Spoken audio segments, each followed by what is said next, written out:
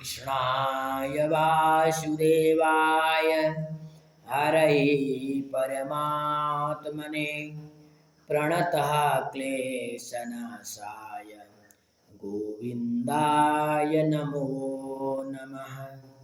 नारायणं नमस्कृत्य नरं चैव नरोत्तमं देवीं सरस्वतीं व्यासं ततो जयमुदीरयेत्। ॐ नमो भगवते वासुदेवाय। अथ द्वादशोऽध्यायः। मैत्रेय उवाच इति ते वर्णिताच्छब्दः कालाख्य परमात्मनः महिमा वेदगर्भोऽथ यथा साक्षिन्निबोध मे।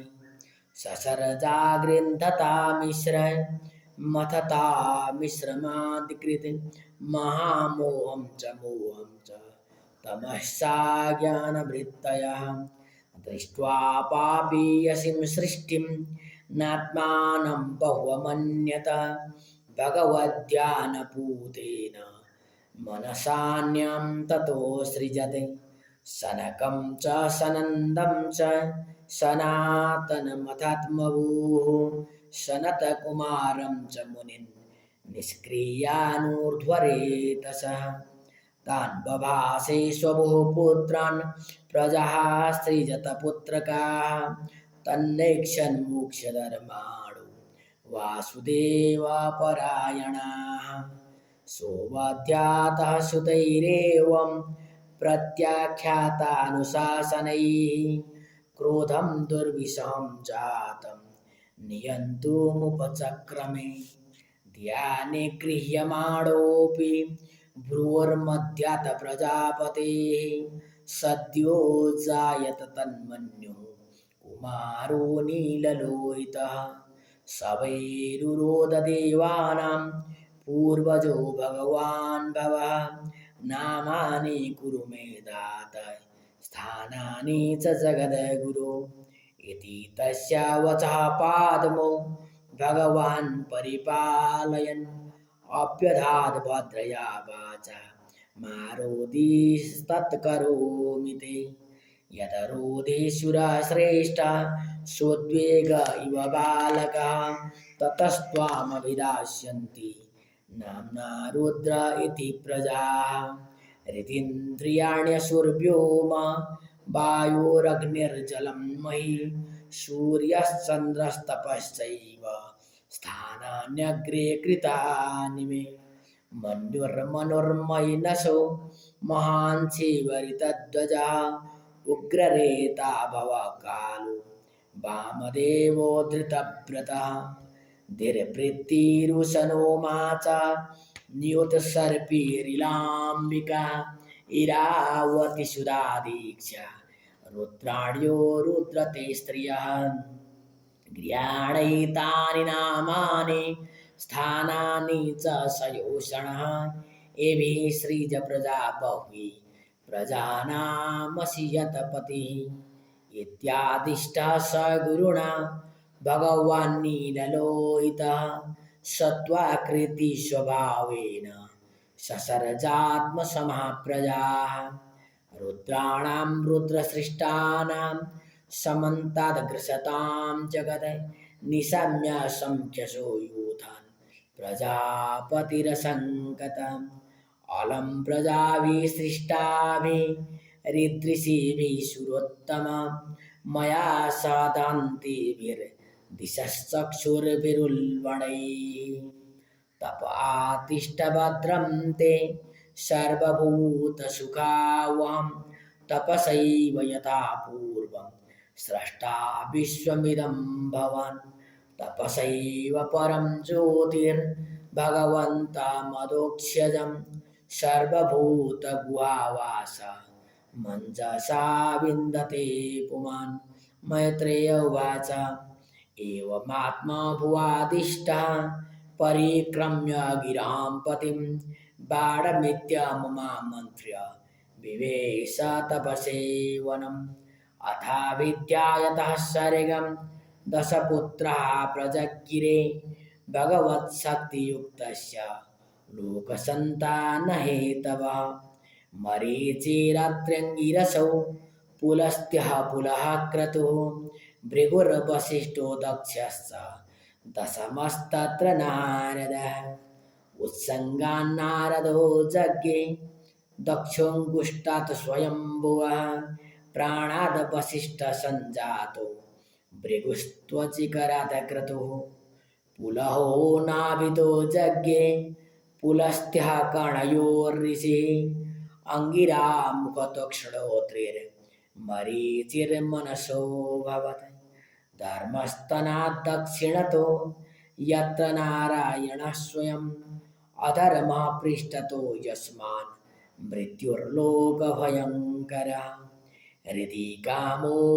भ्रुवः क्रोधो लोभश्चादरदच्छदात् आस्यद्वाक्सिन्धवो मेढ्रान् निरतिः पायोरगाश्रयः छायायाः कर्दमो जज्ञे देवहूत्याः पतिः प्रभो मनसो दीयतश्चेदं जज्ञे विश्वकृतो जगत् वाचं दुहितरं तन्वीं स्वयंभुर्हरतिं मनः अकामं च कमेच्छेत्ता सकाम इति न श्रुतं तमधर्मे कृतमतिं विलोक्य पितरं सुताः मरीचिमुख्या मुनयो विश्रम्भात् प्रत्यबोधयन् नैतत् पूर्वैः कृतं त्वद्य न करिष्यन्ति चापरे यत्त्वं द्वैतरं गच्छे रनिगृह्याङ्गजं प्रभु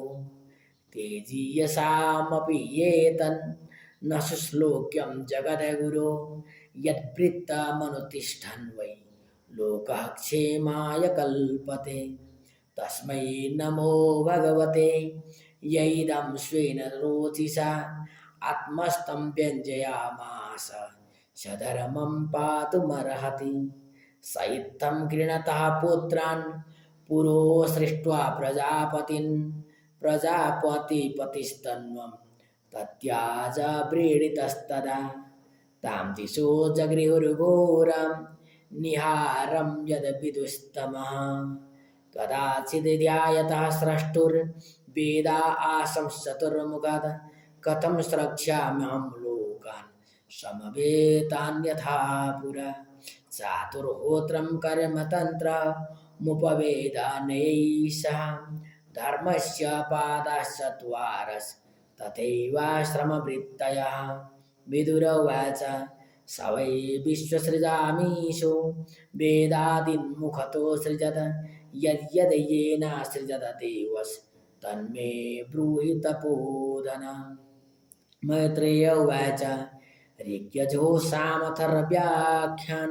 वेदान् पूर्वादिविर्मुखैः शस्त्रमेज्यं स्तुतिस्तोमं प्रायश्चित्तं व्यधात क्रमान् आयुर्वेदं धनुर्वेदं गान्धर्वं वेदमात्मनः स्थापत्यं च सृजत वेदं क्रमात् पूर्वादिविर्मुखैः इतिहासपुराणानि पञ्चमं वेदमीश्वरः सर्वेभ्यः एव वक्तृभ्यः ससृजे सर्वदर्शनः षोडशयुक्तो पूर्ववक्त्रात् पुरीख्यग्निष्टुतावथ आप्तोर्यामातिरात्रौ च वाजपेयं सघोषवं विद्यादानं तपः सत्यं धर्मस्येति पदानि च आश्रमांस यथा संख्य मसृजत सवृत्तिभिः सावित्रं प्राजापत्यं च ब्राह्मं चात बृहत्तथा वार्ता सञ्चयशालीन शिलोंस इति वै गृहे वैखानसा बालखिल्यौ दुम्बराफेन पावने न्यासे कोटिचका पूर्वं बभूदो हंस निष्क्रियौ अन्वीक्षिकी त्रयीवार्ता दण्डनीतिस्तथैव च एवं व्याहृतयश्चासन् प्रणवो यस्य दहरतः तस्योष्णीगाशिल्लोमभ्यो गायत्री च त्वचो विभोः तिष्ठु मां सत्स्नुषो नुष्टुप् जगत्यस्नः प्रजापते मज्जाया पङ्क्तिरुत्पन्ना बृहति प्राणतो भवते पर्शस्तस्य भवजीव स्वरो देह उदारितः ऊष्माणामिन्द्रियाण्याहो रन्तस्थाफलमात्मनः स्वराः सप्तविहारेण भवन्ति स्म प्रजापते शब्दब्रह्मात्मनस्तस्य व्यक्ताव्यक्तात्मनः परः ब्रह्मा वभाति विततो नानाशक्त्योपबृंहितः ततो परामुपादाय ससर्गाय मनो ददे ऋषीणां भूरिवीर्याणामपि सर्गमविस्तृतम् ज्ञात्वा तदहृदये भूयश्चिन्तयामास कौरवा अहो अद्भुतमेतन्मे व्यापृतस्यापि नित्यदा नैदन्ते व्रजानूनं दैवमत्र विघातकम् एवं युक्तकृतस्तस्य दैवं चावेक्षतस्तदा कस्य रूपमबुद्वेधा यत्कायमविचक्षते ताभ्यां रूपविभागाभ्यां मिथुनं समपद्यत यस्तु तत्र पुमांसो भून् मनुः स्वायम्भुवस्वराट् स्त्रियासीत्सतरूपाख्या महिषस्य महात्मनः तथा मिथुनधर्मेण प्रजाहेदां बभूविरे स चापि शतरूपायं पञ्चात्पत्या न जीजनत प्रियव्रतोत्तानपादौ तिस्रः कन्याश्च भारत आकूतिर्देवहूतिश्च प्रसूतिरिति सत्तमा आकूतिं रुचये प्रादात् कर्दमाय तु मध्यमां दक्षायादात् प्रसूतिं च यत आपूरितं जगत ॐ जय श्रीमद्भागवते महापुराणे पारमांस्यां संहितायां तृतीयस्कन्धे द्वादशोऽध्यायः।